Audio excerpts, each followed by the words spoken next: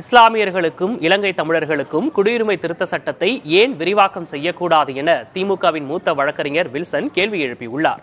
இதுகுறித்து அவருடன் நமது செய்தியாளர் ரமேஷ் நடத்திய கலந்துரையாடலை தற்போது பார்க்கலாம். இந்திய குடியுரிமை சட்டம் நேற்றைக்கு முதல் கெசட் நோட்டிபிகேஷன் வந்திருக்கிறது, அமலுக்கு வந்திருப்பதாக சொல்லப்படுகிறது. இது என்ன சார் சொல்லுது? தமிழ்நாட்டில் இருக்கக்கூடிய இஸ்லாமியர்களுக்கு ஏதாவது பாதிப்பு ஏற்படுமா, இலங்கை தமிழர்களுக்கு பாதிப்பு ஏற்படுமா? திமுகவுடைய ஸ்டாண்ட் இதுல நேற்றைக்கு கூட சிஎம் ஒரு கடிதம் கொடுத்திருக்காரு. எப்படி சார் இதை பார்க்கலாம்? சார், இந்த சட்டம் சார் 2019 வந்துடுது. இதுல இந்த ரூல்ஸ் ஃப்ரேம் பண்ணாம வைத்துக் கொண்டிருந்தார்கள். ஸோ இது ரூல்ஸ் தான். எல்லாரும் அந்த சிட்டிசன்ஷிப் அமெண்ட்மெண்ட் ஆக்ட் வந்துடுது, அது ஏற்கனவே வந்துடுதுங்க. அது எதிர்த்து தானே உச்சநீதிமன்றத்துக்கே போயிட்டோம். அந்த ரூல்ஸை இது வரைக்கும் நோட்டிஃபை பண்ணாம 2019 வந்த ஆக்டுக்கு 2024 5 வருடம் கழித்து இப்போ இந்த ரூல்ஸை நோட்டிஃபை பண்றாங்க. இது ஏன் முஸ்லிம்களை தள்ளி வைத்துக் கொண்டிருக்கிறீர்கள்? ஏன் முஸ்லிமுக்கு ஒரு சட்டம், மற்றவர்களுக்கு ஒரு சட்டமா? அது மட்டும் இல்லாமல் இந்த சட்டத்தை ஏன் இந்த 3 நாடுகள் பங்களாதேஷ், பாகிஸ்தான், ஆப்கானிஸ்தான் என்று கன்ஃபைன் பண்றீங்க? இலங்கை தமிழர்கள் இருக்கிறார்கள்.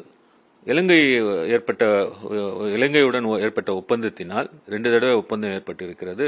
நிறைய பேர் சிட்டிசன்ஷிப் கொடுக்காதனால இங்க இந்தியாவில் தங்கியிருக்காங்க. அவங்களுடைய நிலைமை என்ன? இலங்கை தமிழர்களுக்கு அவருடைய நிலைமை என்ன? இவர்களுக்கு ஏன் இந்த சட்டம் நீங்க விரிவாக்கம் செய்து அவர்களுக்கு பொருத்தக்கூடாது? இதுதான் திராவிட முன்னேற்ற கழகத்து கோரிக்கையும். இதனால என்ன பாதிப்பு இருக்கு? ஏதாவது ஒரு மாநிலத்தை அமல்படுத்தாது என்று சொல்வதற்கு சட்டத்தில் வழி இருக்கா? ஏன்னா இது உள்துறை போற்றக்கூடிய ஒரு சட்டம். அது அதுல சட்ட வகை மாநில அரசுக்கு, ஏன்னா தமிழக சட்டமன்றத்தில் தீர்மானம் கொண்டு வந்தாங்க, அது தடை பண்ணுமா அல்லது இந்த சட்டம் தமிழ்நாட்டுக்கு இம்ப்ளிமெண்ட் ஆயிடுச்சா சார்? இப்ப சட்டமே இந்தியாவுக்கு தானே பொருந்தும், இந்தியாவுக்கு முழுக்க பொருந்தும். இந்த ரூல்ஸும் கொண்டு வந்திருக்காங்க. அது எப்படி செயல்படுத்தணும்ன்றதுக்காக அந்த ரூல்ஸே வந்திருக்கிறது. இது இப்ப நாங்க என்ன சொல்லிட்டு இருந்தோம் இவ்வளவு நேரம்? இலங்கை தமிழர்களுக்கு இந்த சட்டம் அப்ளை பண்ணாம நீங்க ஏன் இப்படி பண்ணிட்டீங்க?